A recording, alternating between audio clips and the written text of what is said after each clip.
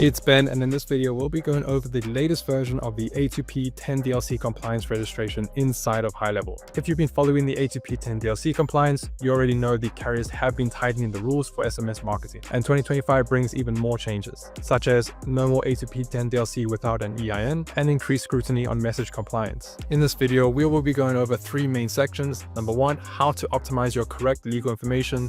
Number two, how to optimize your sites, forms, surveys, and funnels. And number three, the actual application itself. The goal is to make this process as easy and simple as possible while also sharing the template and best messaging to get you approved. Okay, so before submitting your A2P 10DLC application, your business details must be 100% accurate and match your official business documentation. This is one of the most common reasons applications get rejected, so it's essential to set up everything correctly inside of GoHighLevel system information. To do that, you're going to come over to your sub account, go to settings, go to business profile, and this is the page we're going to optimize. So this is a dummy account with some information that I've pulled from an example that HighLevel has shared. So the information you'll need on hand is your business name, business type, the EIN, business industry, business address, and the authorized representative. So the first place we want to make sure is correct is the legal business name. So this name over here needs to match the exact same name on your registered documentation. In this case, we are using the CP 575 form. So you can see here at the top, you'll find ABC Industries LLC.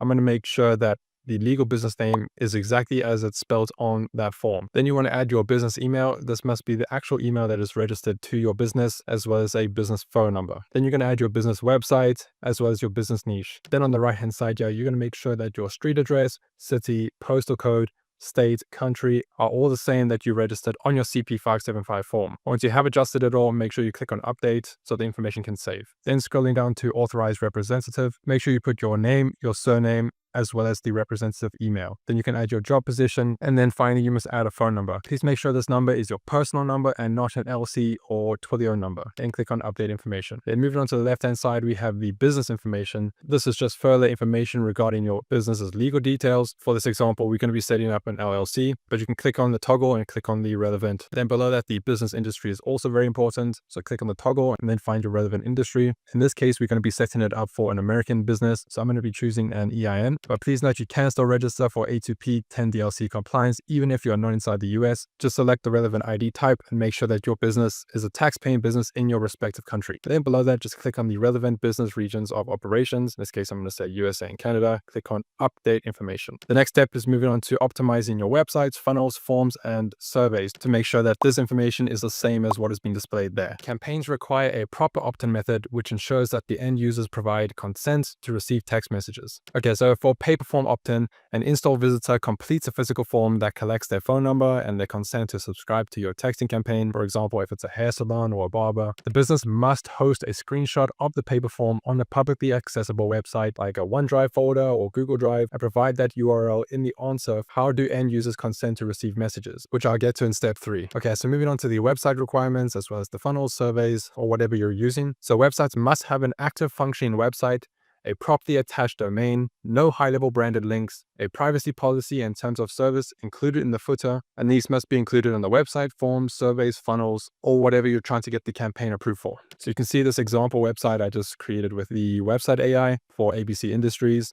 If I scroll down to the footer, it must have the privacy policy, the terms of use or terms of service linked to the actual pages on the site. So if I click the privacy policy link, it will take me to the privacy policy page. In this case, I just pasted our templates or the formats, but in a moment, I'll show you exactly what the providers are looking for in the privacy policy as well as the terms of service page. But before we do that, I'll move on to the form requirements. So in other words, the place that the customers are actually opting into. I have a form that just simply has the name, surname, phone number, email, and then consent check boxes, as well as at the bottom having the privacy policy and terms of service. So the first important thing you want to do is make sure that the phone number is not marked as required. So just click on the phone number and then come down to required and then just check this off. It will be toggled on by default, so make sure you come here and click off required. So for the checkboxes, there's a couple of things that you need to have. Firstly, the wording must include a business ID, which is just the name of the business, but that name must be the same on the EIN. Then the wording must have a text help for help, as well as the wording must have text stop to unsubscribe.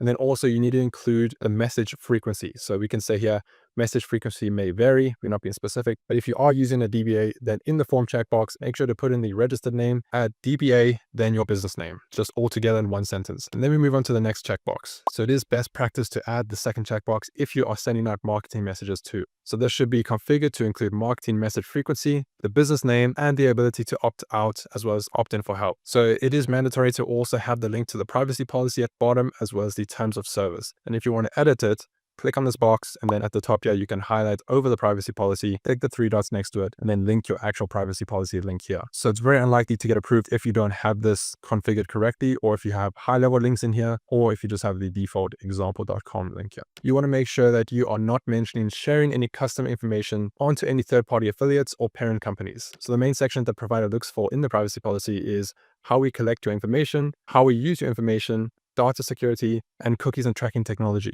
So I won't share any legal information on what to say, but here are some templates to look through just to make sure that you are including all the above points. So here's a sample privacy policy, but you can see that it is titled with all the main things that the provider is looking for, as well as additional privacy policy information. Then here's a terms of service sample, but if you do use, make sure that you have changed the information to match your business's information. Okay, so now we're going to start the application process. So what you're going to do is come over to your sub account, go to settings, then come down to phone numbers. You'll see this page over here. In this case, I don't have my phone number attached. Please note you don't actually need a number in place here to start the A2P compliance application, but you would come up here to Trust Center, and then you'll see this page here. Okay, so this is your A2P portal. So A2P has two steps, the brand verification and the campaign verification. So the brand verification, which is built around your business. So in other words, the information that you had on your CP575 form. What you're going to do is come down to start registering now. Then you're going to select if this business entity you're registering is located in the US and or Canada. If it is, click on yes. If not, toggle on no. Then it's going to pull the information that you set up inside your account's business profile. So again, make sure that is accurate. Once you're happy, click on continue, and then do the same thing for the business address as well as the authorized representative. Then after that, you have two options. First being the low volume standard as well as the high volume standard. So if you are a smaller business or not doing as much volume, then you'll select this one here.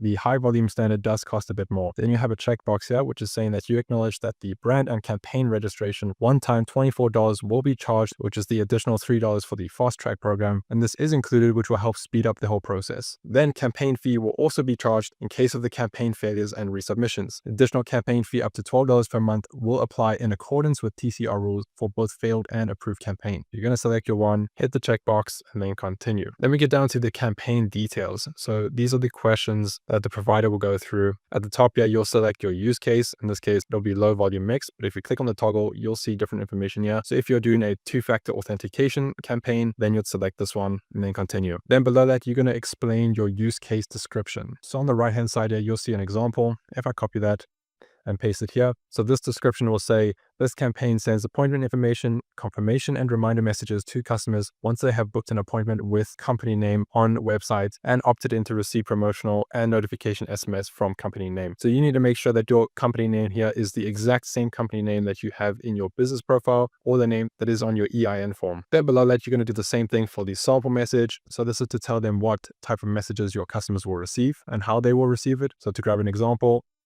this one says, hi John, this is Jane from company name. Again, make sure your company name is put in there. Our appointment for July the 20th is confirmed. Please reach out to this number in case you need to reschedule, and then reply stop to unsubscribe. So make sure this number is the same number that you have from your business. And then you're going to move on to sample message number 2. So it's the exact same thing as the first one.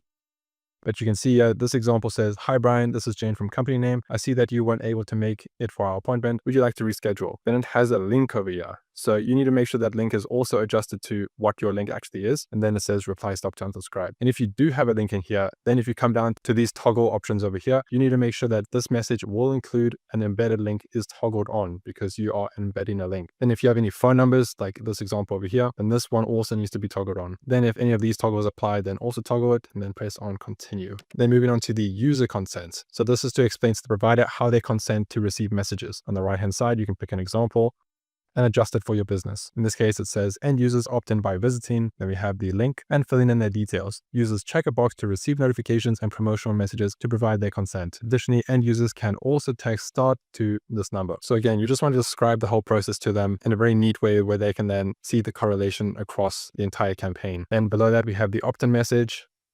you have successfully opted in to receive notification and promotional SMSs from company name. Please reply stop if you need to opt out in the future. So again, it needs to have the company name put in here as well as an opt-out keyword. And once you're happy, click on submit. Okay, there you have it. You have now submitted your campaign for A2P compliance. So over some time, it will be reviewed. Then the status of if it has been approved or not will be sent back to you. And if it does come back that the application has failed or been rejected, then you need to see what the reason was. You'll see that by going to the Trust Center, then you'll see brand failure reason under the reason tab here. And you can take a second to maybe pause the video and see what your rejection reason was, as well as the solution to help you get it approved. All right, so that's it. Make sure you check out this video. And if you have any questions, please let us know down below.